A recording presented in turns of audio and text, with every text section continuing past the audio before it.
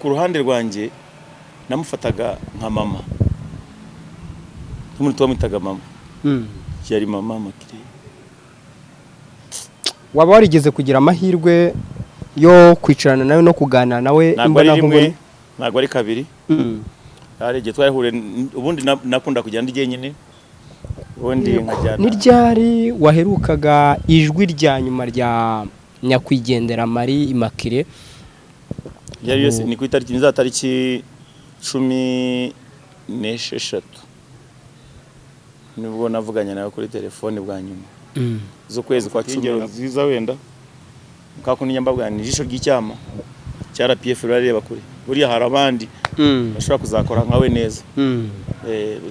Abari imitizo uyu Marie Immaculée ni umwe mu bantu twagiye tumenya ngo akivuge ko ari cyiza arajya ariko rero nubwo mubigize ngo tubivuge gutya nyuma akahita akideviye akahita agikubita hasi. So abantu nkabone bake cyane kugira ngo bazabonwe baboneka bashobora kuba bakora iki. Ibintu mwabonaga twatangaga biriya muri covid dufasha abantu b'inyamirambo tubahereza imikeri n'iki n'uburyo yaje gukakirana nakagahungu ni kandi umusore murumuna wa none takumva ko ibyo bikorwa byiza byiwe nese kuki mujya muvuga ngo Imana ngo yitabye Imana atari n'abarokore ubusanzwe abanyarwanda bavuga ngo runaka yitabye Imana.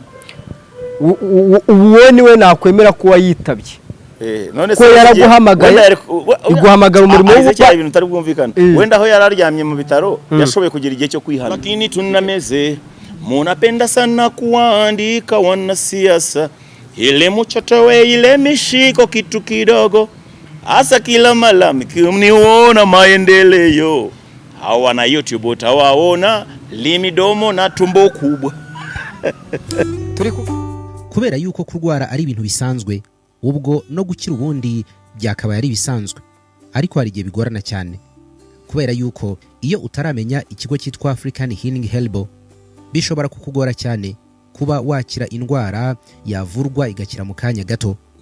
Ubwo rero noneho basa n'abafite promotion kandi idasanzwe ku bantu barwaye indwara za diabete, hypertension, hepatite, impyiko ndetse na prostate.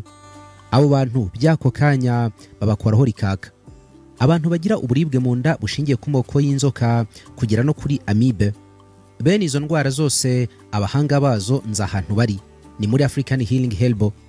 Bafite abaganga bakomoka muri Tanzania bazi kuvurisha neza ibimera n'imiti gakondo. Abangaba bakorera muri East Africa yose harimo n'u Rwanda. Bafite ubunararibonye mu kuvura bakoresheje imiti gakondo ikomoka ku bimera. Bashobora kuvura kandi abagore bakunda kugira ibibazo by'imyanya yabo y'ibanga no kuvuga infection, imihango idakama n'ibindi. Bakavura n'abagabo bagira ubushake buke mu gutera akabariro bakagira umwihariko mu kuvura abakeka yuko bahumanijwe no kuvuga kurogwa. African Healing Helbo bahamagare kuri 0788832668 cyangwa akamenyetso ko guteranya 255 75 69 563 nimero yo muri Tanzania. Ishami ryabo ryo mu Rwanda rikorera mu mujyi wa Kigali Kimisagara. Banafasha abantu bashaka kugabanya umubyibuho ukabije obesity. Imiti yabo ikugeraho aho uri hose ku isi kubera ko bakorana na DHL. Reka ngusuhuze kandi nkwifurize ibihe byiza mwe mudukurikira umunsi ku wundi. Mbashimire iyo mukunda kubana natwe mu nkuru n'ibiganiro byacu bya buri munsi. Imana iguha amahoro iguhe umugisha. Ariko by'umwihariko ikiganiro ni inkuru itari nziza, ni inkuru itunguranye kuri buri munyarwanda uwo ari we wese, kandi by'umwihariko tubifurize gukomera mu gihe igisa n'iki ngiki. Ni ibihe bikomeye cyane ntago byoroshye. No kwifuriza abanyarwanda bose kwihangana no kubihanganisha bose. Nje kuri twahombye umubyeyi, umuntu wabaye impirimbanyi cyane kandi akaba yarabaye umukozi w'igihugu cyane mu nzego zitandukanye. Abe muri Orenforo, abe mu mirimo yose yagiye akora, n'ubapfuye ari umukozi ariwe mukuru yarahagarariye Transparency International Rwanda. Ni wari umuyobozi w'icyo kigo. yitabye Imana. Marie Yabayeho ari ndaje muvuge ni Ingabire Marie Makire.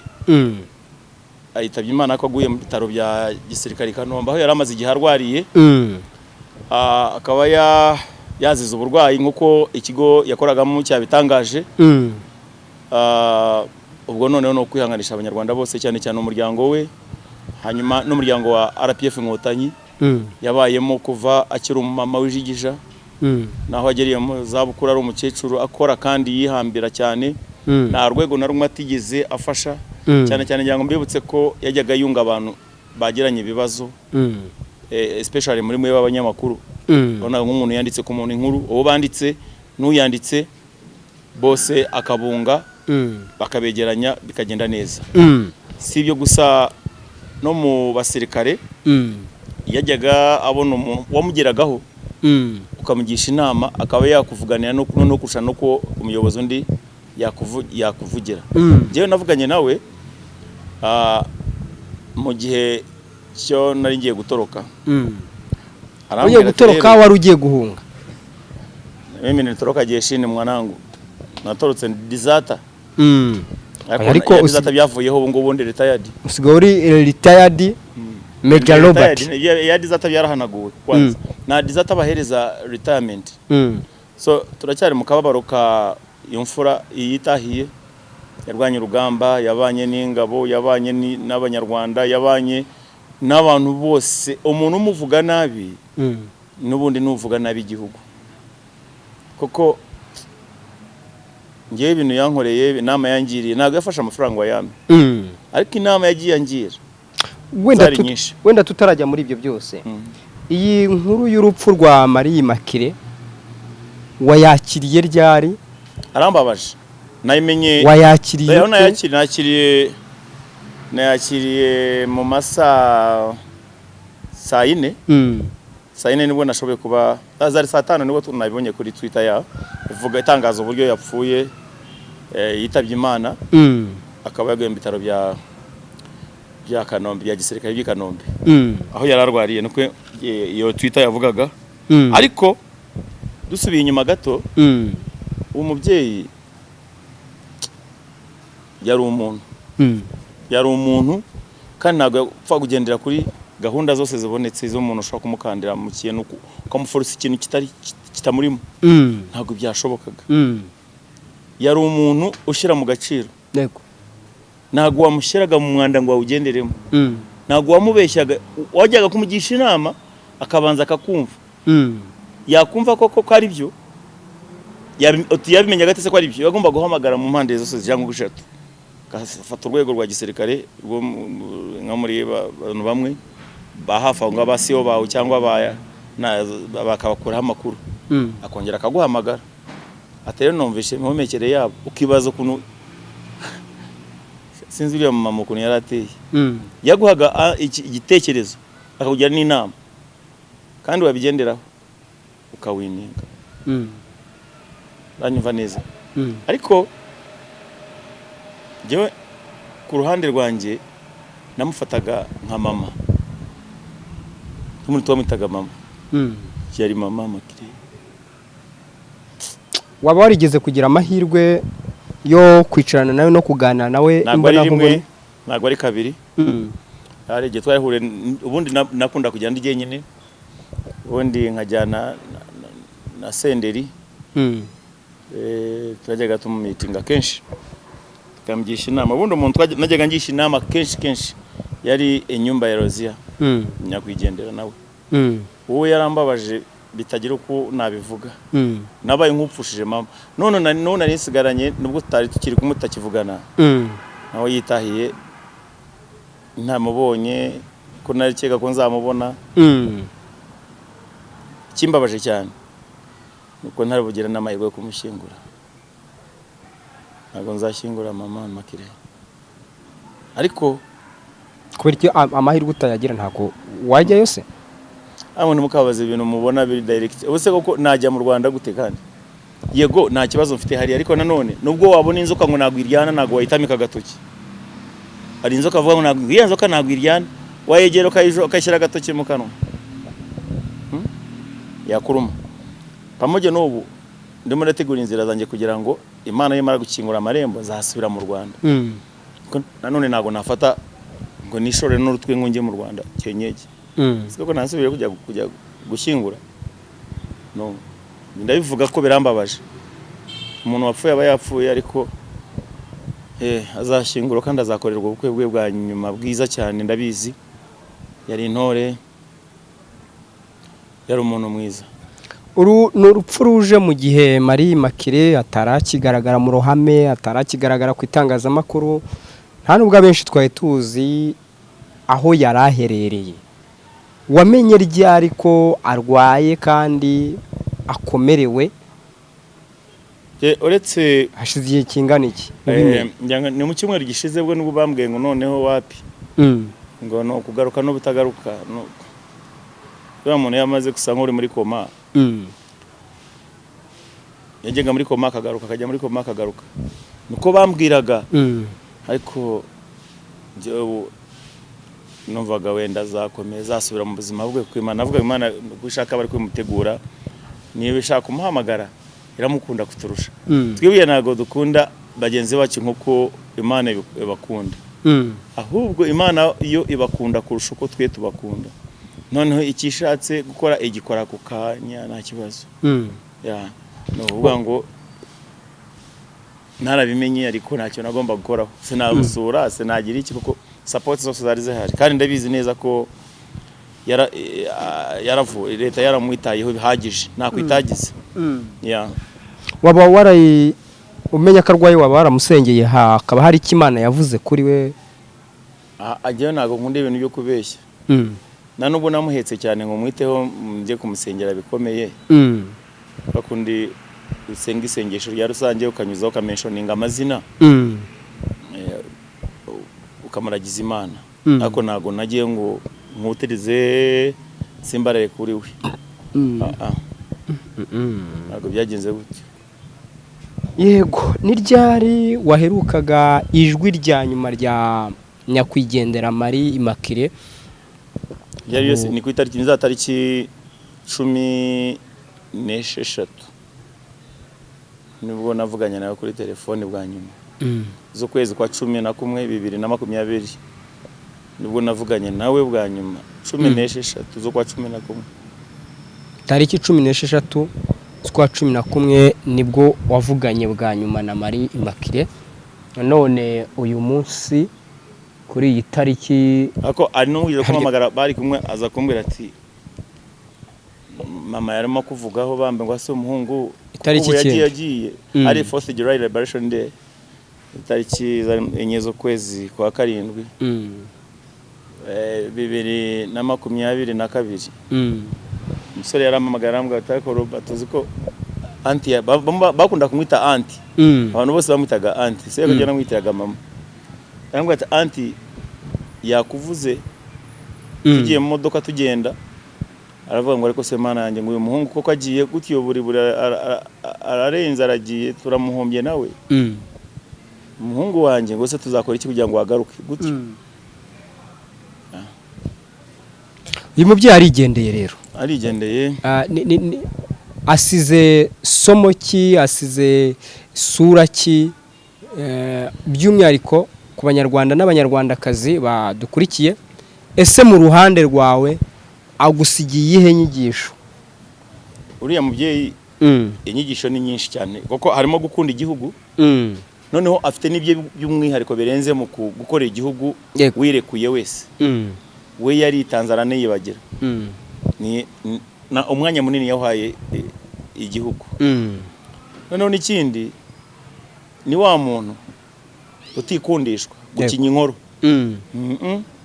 Ibi byabaga byanditse no kuvuga ngo nakuvuga ngo wenda ngo afatanye n'abandi ngo baravuga ngo naka bamuhohotere cyangwa nakagize gutya ntago byashoboka.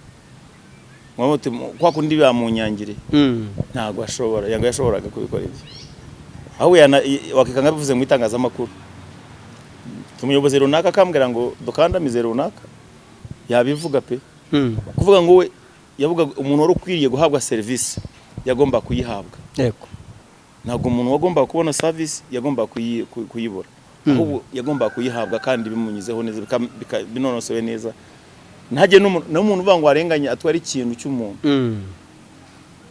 byagenze gute se ntabwo byashoboka no kuvuga ngo yashyiraga mu gaciro yacyaga imanza zitarimo rwa kibera buri muntu wese yamushimaga sinzi noneho umuntu tuzabona uzamuripresinga muri ya position yararimo kubada abanyarwanda ni benshi abamufatiye ingero nziza wenda kako ninyambabwa ni jisho ry'icyama cyara PF rareba kuri buriya hari abandi bashobora kuzakora nkawe neza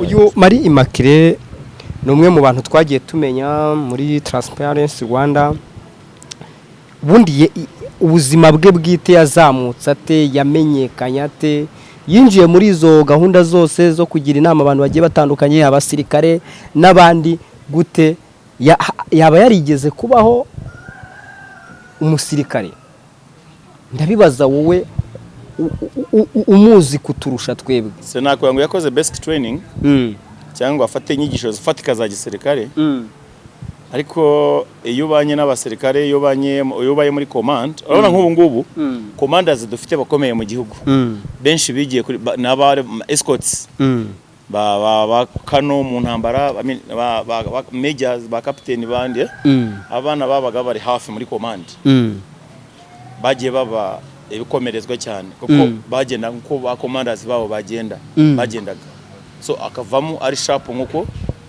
nkuko kiongozi we yarameze noneho nawe kuba yarabaye cyane deep mu buyobozi akamenya ibyo his excellence akunda n'ibyo yanga akamenya imyitwarire ye nawe noneho akaba afite nawe ari talented muri leadership yagombaga kuba ameze nk'umusirikare we muyobozi mwiza wese amera nk'umusirikare kuko abo ufite boss type icyo bita boss type ni kusawishi sorotisho mu mifano icyo nuvuga ngo kunenga gutanga ingero guhagarara ku ruhande rw'umuyoborwa ukaba wamushimira icyo agomba gukora iki gukora nuvuga ngo umuyobozi ntufite icyo akurusha kandi umuntu ufite icyo akurusha agaragarira abantu bose we ntago waza imbere yanjye ngo ugiye kumpugura cyangwa ngo umpe package udafite uranyumva neza hari ni nabyo bintu nari nateguye no kuvuga ariko bimeze nk'ibyo kumyigishiriza abantu uvuga ngo ubonye kamera ubonye microphone ubonye cyano yo kuvugiraho wigize intyazo mu magambo kandi udafite product uhereza rubanda cyangwa n'umuntu ibyo uvuga naho uba mu mazingira aho uturiye abakureba uko uturanye n'abaturanyi bawe ukubanyeho n'abaturanyi bawe barakwinuba ibyo ugasanga noneho wewe wigize umuyobozi kandi ibyo ukora ntabwo ukora iki kimwe n'abakozi b'Imana kuko ari abayobozi usanga ibyo akora n'ibyo avuga imbere ya kamera naho bihuriye so niba abandi bavuga ngo mwumve ibyo mvuga nimukore ibyo nkora kuko iyo ugiye kubona ibyo akora usanga ari ibintu binuka ariko Marie Immaculée Ingabire ubu ni nyakwigendera yatubereye urugero rwiza cyane mu buyobozi tubonye abayobozi nk'abariye batitinya cyambere nago yitinyaga kuvuga ngo ikintu yakivugaga ahagaze gutya atitaye ko bari mukure muri position arimo icyabaga kiri nyuma y'umurongo yarakivugaga hari undi mwana ano mama nako nabonye usiye ko nawe hari bimwe atandukira yenda kumera nkawe neza uriya witwa Scovia umunyamakuru Scovia Mutesi Scovia bia Scovia nawe afitemo iyo mood umwuka Scovia nago ikintu cyose ushobora kukimutereka imbere ngo kubera ko gikunze ngo ikintu cyo kiri bwubake societe umubeshya ngo akivuge ko ari cyiza arajya ariko rero nabo mubigize ngo tubivuge gutya nyuma akahita akidevia akahita agikubita hasi so abantu nkabone bake cyane kugira ngo bazabonwe baboneka bashobora kuba bakora iki ariko hari igihe nanone umuntu bagera product bahereza abanyarwanda hari igihe nanone umuntu aba ateye atyo ariko adafite power yishingikirijeho yamusova mu gihe yaba akoze ibyo ngibyo. Rega nitubona Scovia tubanze dutekereze ko hashobora kuba hari indi mbaraga nawe abavuga ati ndayikinze. None se ubu nuko Thomas Sankara atavuga cyangwa se nuko njyewe ntavuga cyangwa wowe ari umuntu aba afite akantu yegamye. Nabonye Scovia avuga kavuga ngo abanuza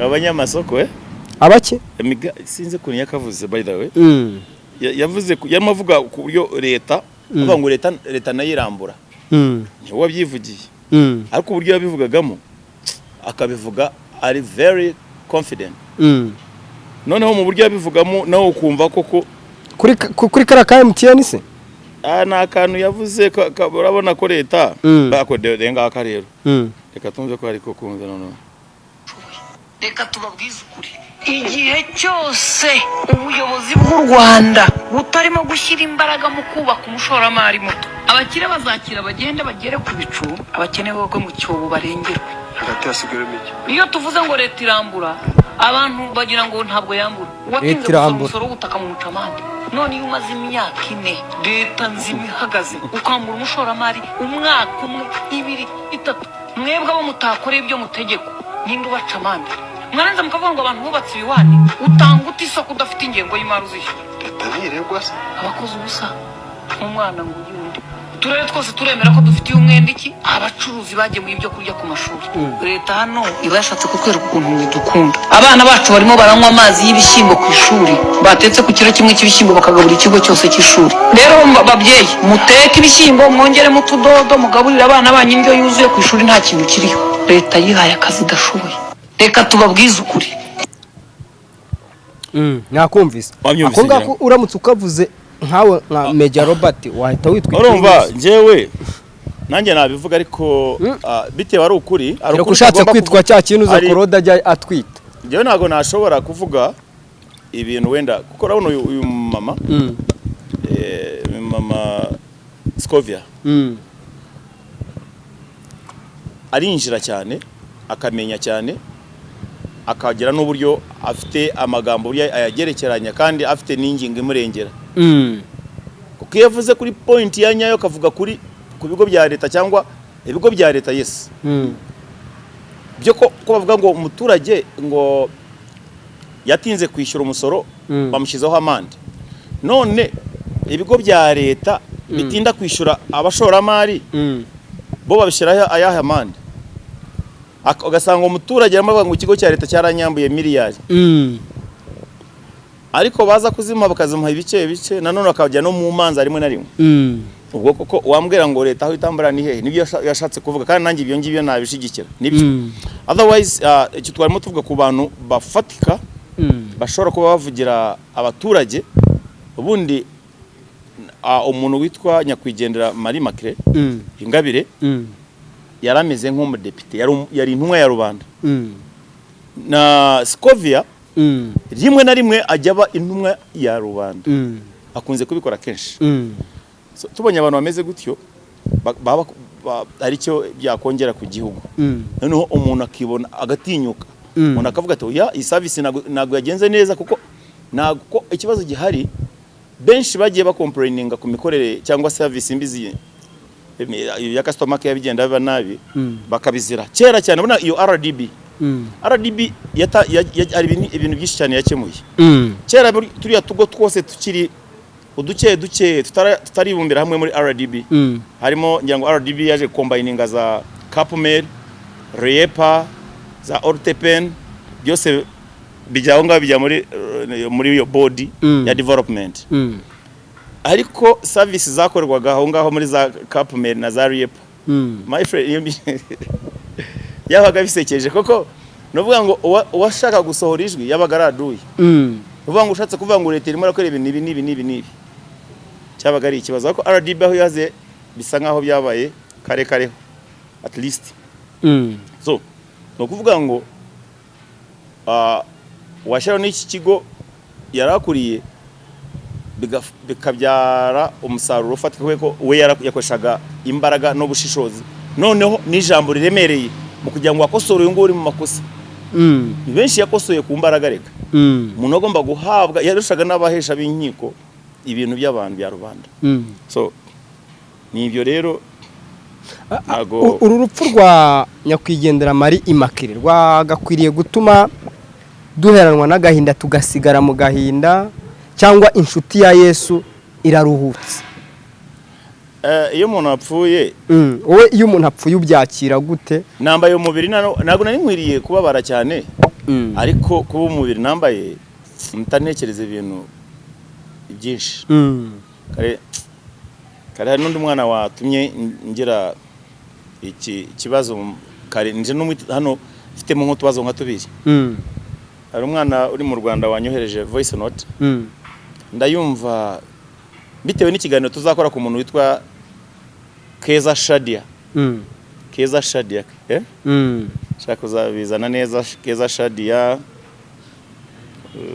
uba hanze aho ngaho zamuzana neza Keza Shadia uba muri Canada America Store muzane neza na biriya bintu mwabonaga twatangaga biriya muri covid dufasha abantu b'inyamirambo tubahereza imikeri n'iki n'uburyo yaje gukakirana n'aka gahungu ni kandi umusore murumuna wanuze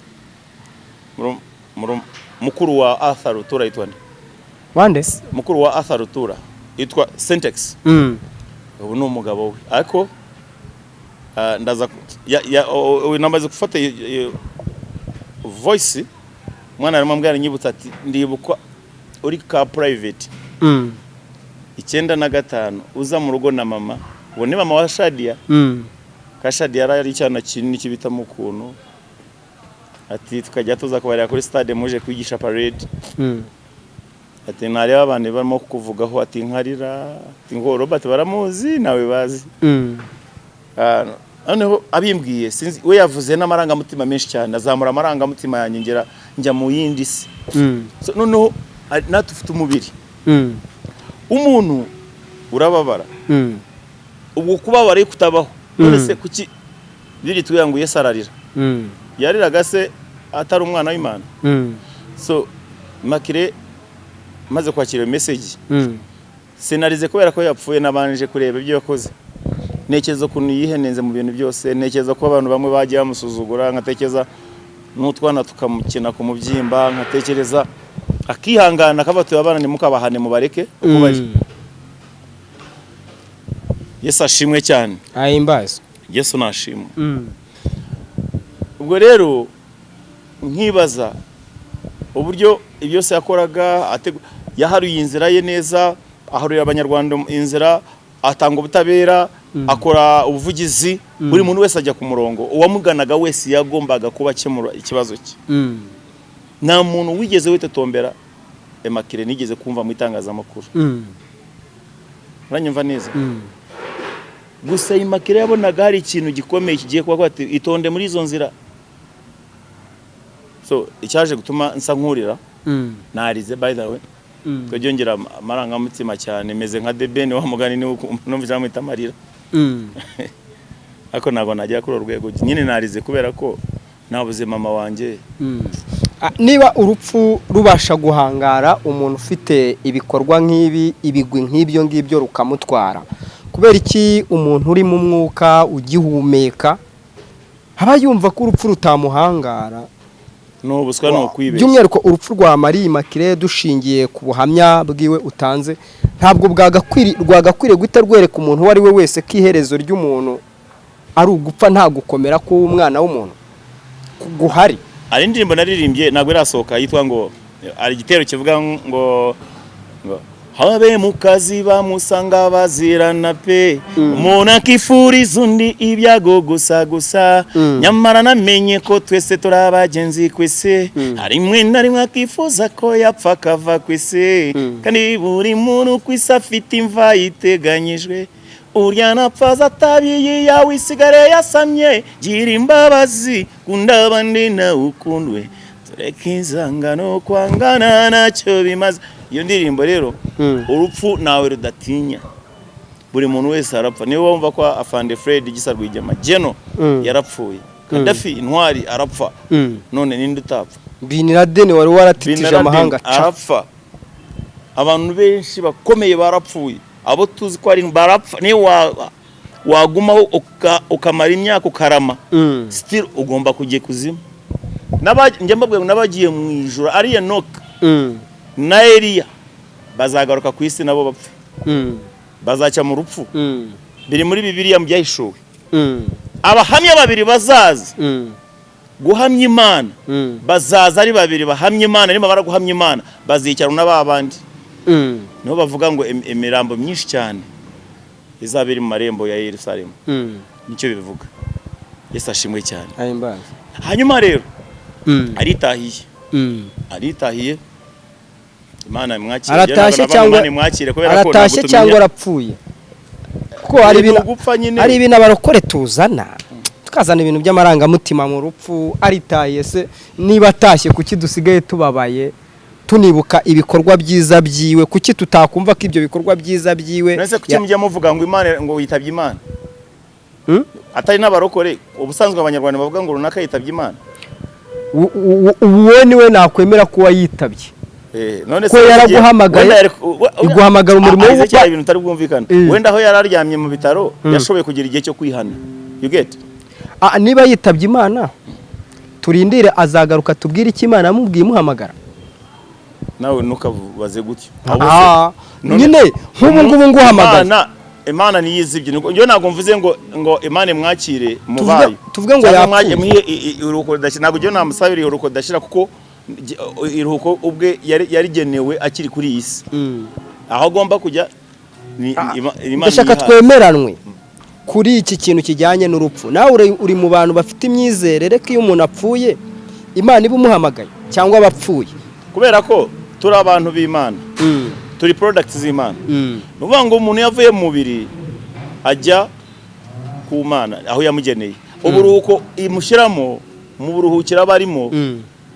Dufite ibihamya. Ebuka ikintu yakoze Sawuli arimo guhamagara, azanye mu mukonikoni nako murozi we. Bakaza guhamagara gushaka umuzimu wande wa Samweli. Niyo ngo ati ninde unkuye mu buruhukiro rwanjye aho niturije mu mutuzo. Si mu buruhukiro se? Yes, niba yari mu buruhukiro nuvuga ngo mu ijuru, Imana hano iteganyiriza umuntu harahari. Iyo upfuye uvuye mu mubiri aho umwuka wawe wakirirwa ukajya mu buruhukiro. Uko bimeze natwe rero tuvuga ngo yiruhukira amahoro. Abavuga abandi bakavuga ngo Imana imuhiruko redashira, abandi bakavuga ngo Imana imwakire mu bayo. Imana imwakire mu bayo, abandi ngagiye mu gituza cya Abraham.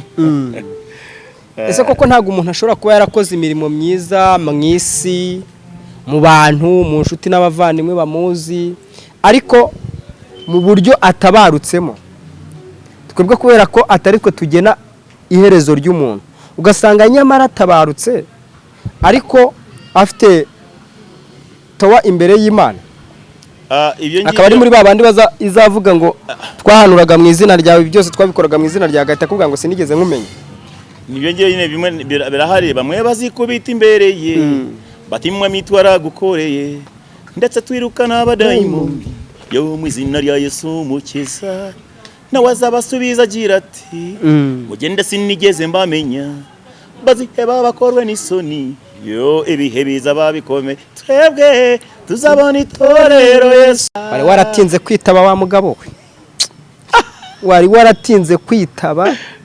Ibaze iyo ndirimbo igihe nyizi ndakana gato, warakana gafite imyaka nk'ine nangwa 3, wari waratinze kwitaba pe. So novuga ngo ibintu by'Imana mu birekera Imana, ubushake bw'Imana. Niyo mpamvu nyamabwa ni giwe umukozi w'Imana ahagarariye akanuka, nambwira mumureke niwe n'Imana ye, ntago namusubiza.